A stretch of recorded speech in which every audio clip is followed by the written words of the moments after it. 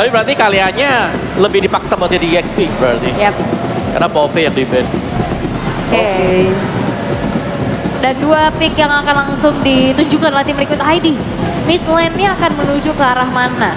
Kayak combo Jawhead dan Novaria juga kan sempat keluar ya. Aku Dibuka merasa kalau mid visionnya. lanernya kayak, ya let's say mid lanernya bisa bawa flicker gitu kan. Ya. Banding Purify. Ini bakal nge-react dengan Tigreal. Jadi menurutku harus hati-hati nih.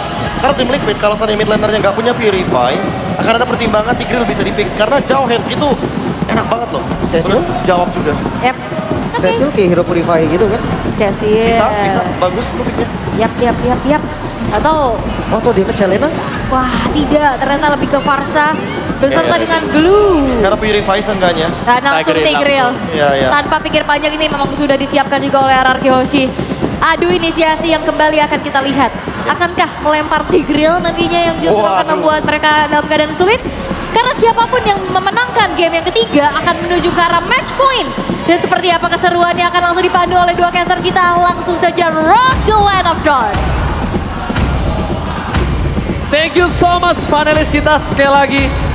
Draft yang benar-benar menggugah selera. Kita sangat Wah. melihat adanya Kalea kembali lagi muncul. Tapi Nevin, Yap. after game yang kedua gimana menurut Nevin? After game yang kedua ya, aku ngeliat RRQ Hoshi yang akhirnya udah bisa dapetin tempo mereka kembali lagi. Tapi dengan draft yang bisa dibilang sangat berbeda jauh.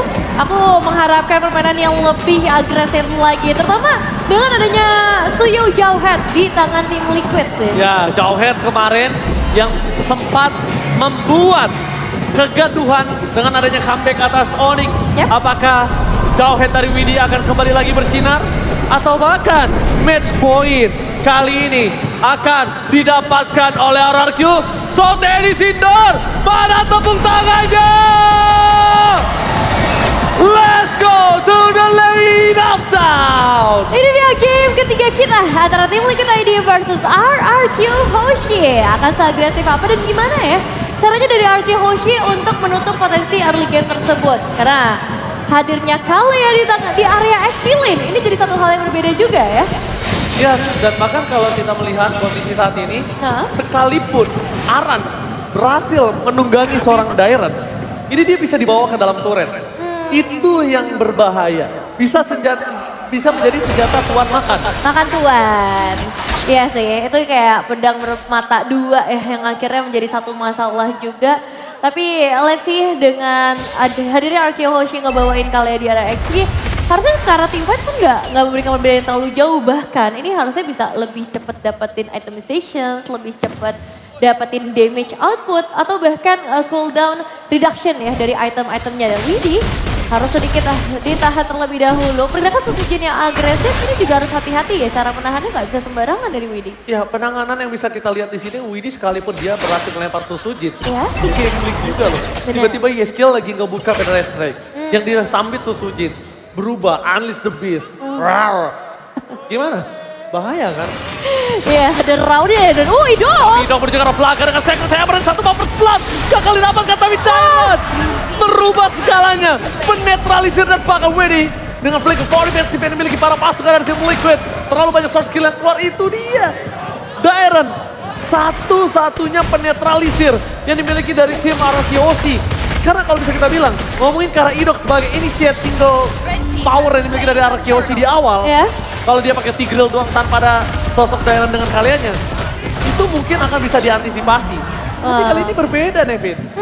Dia second hammer kemana, dan Dairen bisa ke sisi yang lain. Iya, aku suka banget sih gameplay yang ternyata masih bisa dimainkan agresif ya sama Dairen sendiri dengan Kaleanya. Dan kita ngelihat output damage yang memang cukup powerful dari seorang Susujin di awal. Ini ngebuat tim Liquid ID potensi mereka langsung tertutup. Yang harusnya dengan Suyo Jawhead mereka bisa megang kendali ke area turtle. Mereka bisa ngedapetin keuntungan-keuntungan di awal. Dan ya sayangnya hal itu mungkin gak akan terlihat lagi. Namun Widi Widi memaksa ke arah Idok, jangan sampai dia ngelempar Idok karena itu berbahaya sekali. Damage yang terlalu besar diberikan dengan sosok dari seorang Rins. Karena ini galau juga. Iya. Oke, Widi niatnya untuk target ke arah seorang Idok. Dilempar ke dalam. Kalau implosionnya jadi target ke arah belakang. Wah, lagi-lagi. Widi ini dalam kondisi yang sangat gelisah banget sekarang. Iya, kayak- Dia kebingungan dan target utamanya dia. Kalau nggak Rins ya Toy. Iya. Mau nggak mau? Dan itu pun agak susah ya buat mendapatkan win sama Toy di awal lagi di Dairon satu menghadapi dua pemain. Oh, kita lihat di sana. Tsunami Slam karena belakang kadang udah ada Ritz yang standby on position. Final Strike mencoba untuk menyelamatkan sosok 1 point kill. Tapi lihat Aran, dia nggak berani langsung menggendong ke salah satu player dari tim Arkeoshi. Iya. Karena bisa menjadi buah semalakama. Betul, tapi Darren ya mau nggak mau flicker ya, itu jadi satu hal yang harus dilakukan dan direlakan juga mau nggak mau. Tapi untuk sekarang juga kita bakal melihat bagaimana dari Yehaskiel nih, rotasi yang menguntungkan ya, wings by wings yang dipercepat sampai 150%. Akan membuat sebenarnya dari tim Liquid ID nggak perlu terlalu khawatir untuk escape ataupun untuk ofensif secara speed. Karena Oke. mereka juga bawa Irisel kan, jadi Oke. follow up-nya cepet banget. Dia nggak harus worry Iya. tentang adanya Rotasi. wings by wings. Iya. Tapi kenapa sekarang kita belum lihat adanya rotasi? Nah, itu dia Itu sih. problem utamanya. Jadi mungkin ESL harus lebih repetitif untuk bermain sosok dari Fasya-nya secara rotasi. Karena lihat daerah di depan mata, udah standby untuk mendapatkan siapapun. Pada STX terlihatan, Tsunami Slam! Berhasil menangkap ke arah belakang, terus bisa di shot point. Tapi lihat, implosion from Tito! Berhasil membuat para pasukan dari tim Liquid kehilangan dua pemainnya. Oh my god, sekalipun di depan sana ada sosok seorang Aran. Tapi lihat, tidak ada gunanya. Aran akan terejam-ejam, hanya tinggal menunggu waktu. And double kill di tangan dari Sun Sujin. Double kill untuk Sun Sujin. Ini satu kombinasi yang benar-benar manis banget dari RRQ Hoshi. Harmonisasi dengan impulse chain yang langsung connect ke bagian belakang. Yehaskiel harus dipaksa nge-trigger Purify, tapi bukan masalah itu. Masalahnya adalah dia akhirnya nggak bisa nge-deliver damage lagi. Dan 2-3 pemain dari tim Liquid ID tadi udah tertahan di area front line. Jadi kita bakal melihat RRQ Hoshi berjalan lebih dalam lagi. Outer turret satu persatu sudah mulai mereka amankan. Dan target selanjutnya kita akan tahu ke arah mana, yaitu ke arah Aaron Shiki yang sedang ada di dalam bahaya karena rotasi akan menuju ke area atas. Oke, jangan sampai Widi termakan. Ini berbahaya sekali dan Tsunami Slam! Watch out! Watch out! Watch out! Pemain Smackdown kali ini langsung berganti posisi di tangan dari tim Arkeoshi. Final Strike imitasi dari Ritzia berhasil mengusir mundur para pasukan dari tim Liquid. Karena turret pertama akan bakal coba mereka amankan. Dominasi penuh di menit yang kelima dan bahkan satu hit terakhir dari Toy membuat dua turret sudah didapatkan dengan pasti. Tersisa laning dari Iron Shiki yang harusnya udah mereka switch. Iya. Harusnya udah mereka switch. Dan ini tuh gak ada yang aman ya buat tim Liquid ID. Nggak ada. Kemanapun mereka pergi ada dua efek surprise. Entah itu dari Tigreal ataupun dari Kalea yang dibawakan oleh seorang Dairon. Dan gak jarang juga kita ngelihat surprising effect dari seorang Riz karena dia bisa pilih nih apa saja ultimate yang ingin dia mainkan dari tim Liquid ID. Jadi memang target utama dari RRQ Hoshi sekarang akan berfokus di area top lane, sedangkan posisi dari seorang Fabian ini masih terpantau di area bottom lane. Yes, lihat di depan sana Aran bakal dibonyokin. Nah kondisinya kali ini Nevin adalah lihat dua posisi yang dimiliki Arkeoshi, Idok dan Dairon. Siapa yang akan initiate power di depan dan siapa yang akan mengcover, ini tinggal tukeran. Iya. Jadi bisa dibilang dua crowd control ini yang memastikan para pasukan dari tim Liquid itu nggak bisa masuk atau deliver damage maksimal. Iya. Ngomongin split push, sekarang juga nggak terlalu power dengan tidak adanya Moskov. Betul sih, apalagi Dairon juga udah langsung follow up ke bagian bottom lagi. Dan tadi sepertinya hanya butuh satu Feather Isaac saja untuk nge-secure karakter turunnya supaya zoning out ini bisa tercipta dengan baik. Yang memukul mundur juga ke arah Aaron Shiki. Dan dengan perbedaan gold yang udah mulai kerasa, 3.800 keunggulan, kita melihat juga dari tim Liquid ID yang masih belum punya output damage. Hanya ada sekitar 3 item dari 5 pemain Dok. dari Conceal Play. Udah mulai dibuka. Oke Idok. Wah, Oke, gak ada yang lihat. Tidak ada yang Tidak lihat. masalah, gak ada yang lihat. Tapi lihat Riz mundur ke arah belakang. Bahkan dibalikan kembali dengan Tsunami Slam. Ke arah seorang Winnie. Flicker power defensif. Aran bisa menunggai satu orang. Tapi Sosojin too strong. Satu bakal di tangan oleh seorang Toy.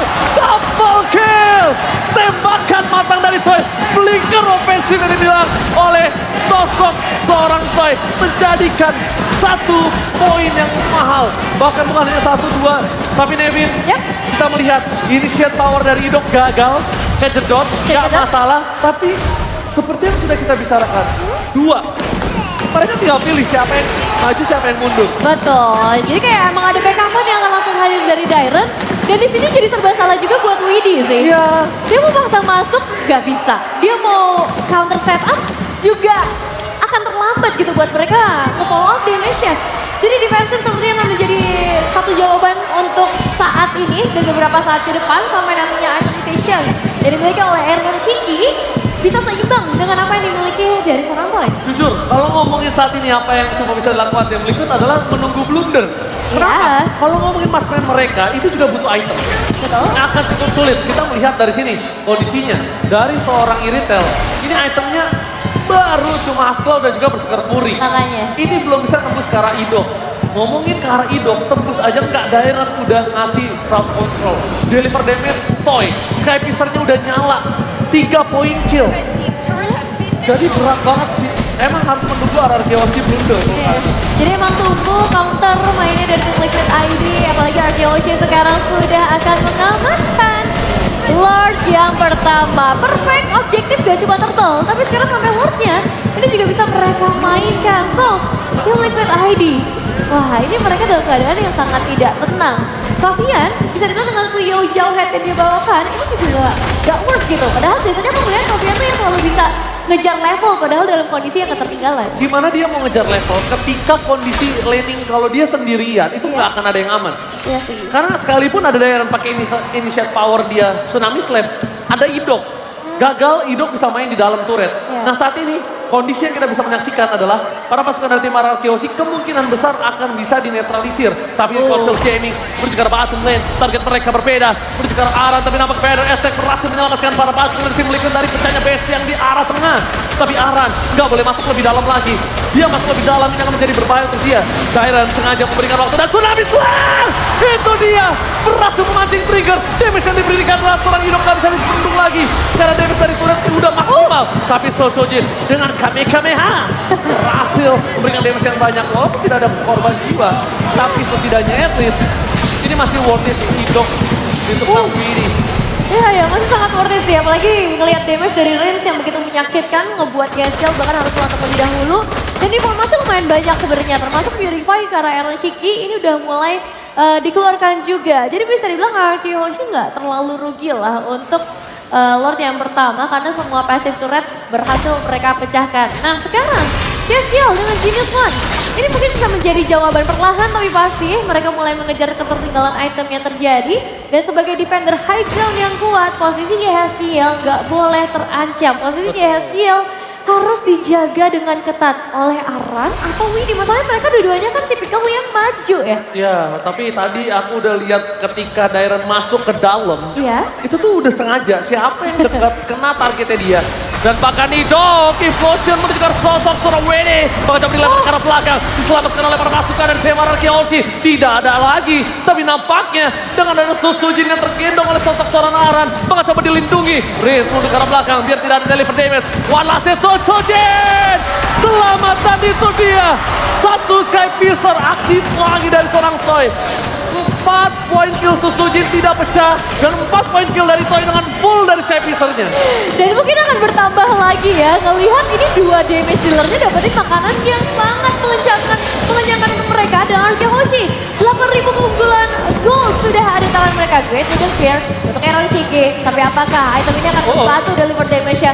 Karena permainan conceal play ini yang masih belum bisa dijawab. Satu impulsion dari Idok gagal, tenang masih ada Dairon. Tapi yang tadi aku suka adalah Reigns. Lihat gak? Gimana Reigns bikin barricade. Yep. Dimana Reigns ngeblokade damage dealer dari tim Liquid untuk gak bisa masuk.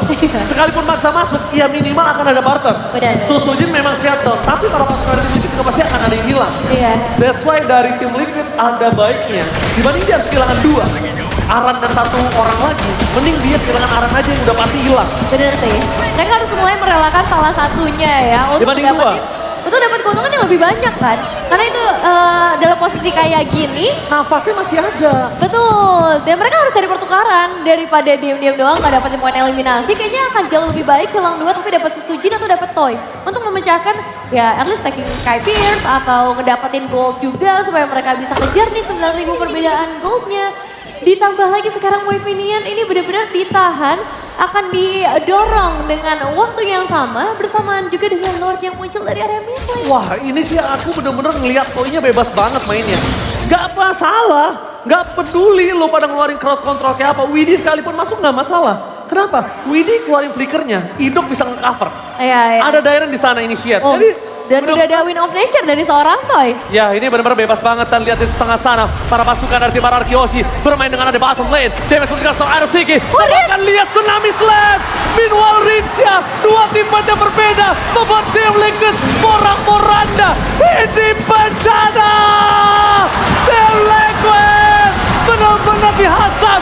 Dan di base, jadi game yang ketiga dipecahkan oleh tim Arkeoshi dengan one-sided game. Raja dari segala raja menunjukkan kekuatannya bermain dengan cepat dengan dua game yang terakhir. Match point